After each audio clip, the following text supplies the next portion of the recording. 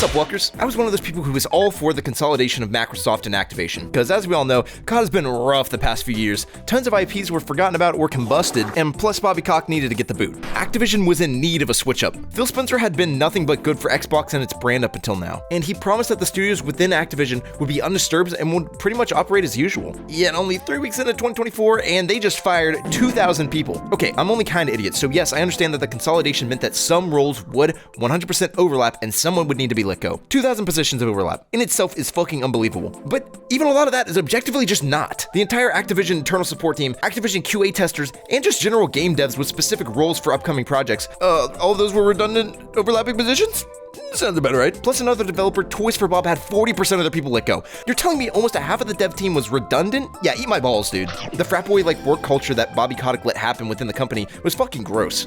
And when he was let go at the start of the year, the developers celebrated across the entirety of Activision, expressing their faith in the company now that he was gone. But all that faith is now turned into anti-faith due to dog shit. Sledgehammer Games is a great example of how what little faith is being stripped away. Imagine you work at Sledgehammer Games. You endure the shitty work environment for years. You're thrown on a new COD project so that there's a yearly COD title that year. You have to crunch the shit out of it, and the IW leadership is forcing changes down your throat. And you've managed to somehow cobble up something that's actually pretty decent. And Bobby Kotick gets let go, and you finally feel like something might be better. And then the office gets changed, and you have to go remote for the rest of the year. And then 30% of your colleagues are let go, and you're just left to think, will things ever get better? Am I next? Why would anybody want to work in an environment like that? Hell, I even considered working in the games industry in the past. I grew up playing Call of Duty, and for a while, my dream was to work at Treyarch. I wanted to join the incredible people of the studio and create something great. And I gave up on that dream, as there's zero job security, and I don't feel like living each day of my work in fear that I might lose my job. And you know, I guarantee you that's a ton of game devs right now are not wanting to work at any of these big studios. So much horrible news, just all on the same day. And plus, Microsoft dissolved their entire physical games division, and then they also got rid of almost all of the esports division for Activision. But hey, there's good news, guys! This is all on the same day Microsoft became a $3 trillion company, is now the largest company in the world. Let's fucking go. That's awesome, guys. Everyone's so happy. Look how happy everybody is. Now, here's the real question. What the fuck? The reason being speculated why Microsoft is doing this right now is to outsource and cut costs. For those who are unaware, the newest game in Xbox's flagship franchise, well, it fell flat on its ass as there was just a lack of launch content and there was a ton of missing features. And they tried adding them back, but it was too little too late. And the reason for this is that Microsoft actually decided to hire contractors to work on the game. And when their work was done, they were disposed of instead of being made actual employees. So tons of different people with their own ways of doing things meant that the code was fucked. This could have been solved by, I don't know, maybe having more people that are just actually working at the company that are hired there. Just, that's too much money. And the most logical reason is that they're trying to do to Activision and Call of Duty what they did with Halo. It's all in the name of cutting costs. Congratulations, Microsoft.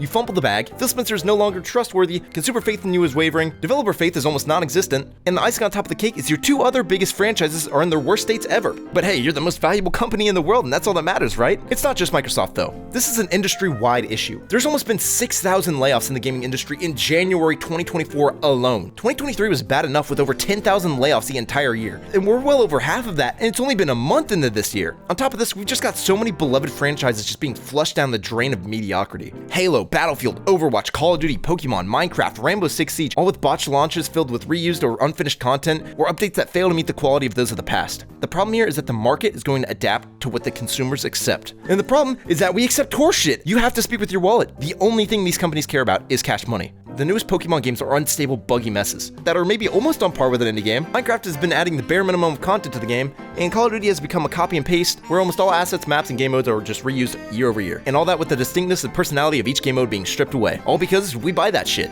If people saw a lackluster product and didn't buy the game, the publishers would be forced to allow the devs to actually make something that's worthwhile, as that should be what makes them money. In a perfect world, the games that have the most passion behind them and the ones that are truly special are the ones that are the most profitable. And it is doable, like franchises like Mario and Zelda. But honestly, if they just pumped out a new mainline Mario every year, it'd probably make them more money. We live in a world where publishers can pump out a product and fix it later. As in the past, if something wasn't complete at launch, it just wouldn't sell. But now if something's missing, they can just add it later. But in reality, it's usually too little, too late every single time. The goal isn't even launch anymore, as that's not what brings in the big bucks, it's the microtransactions. If you want Call of Duty games to have a better launch, stop buying the Battle Pass. And if you want Minecraft to actually have more content, then stop buying the DLC in the store to supplement it. But there's a problem with this.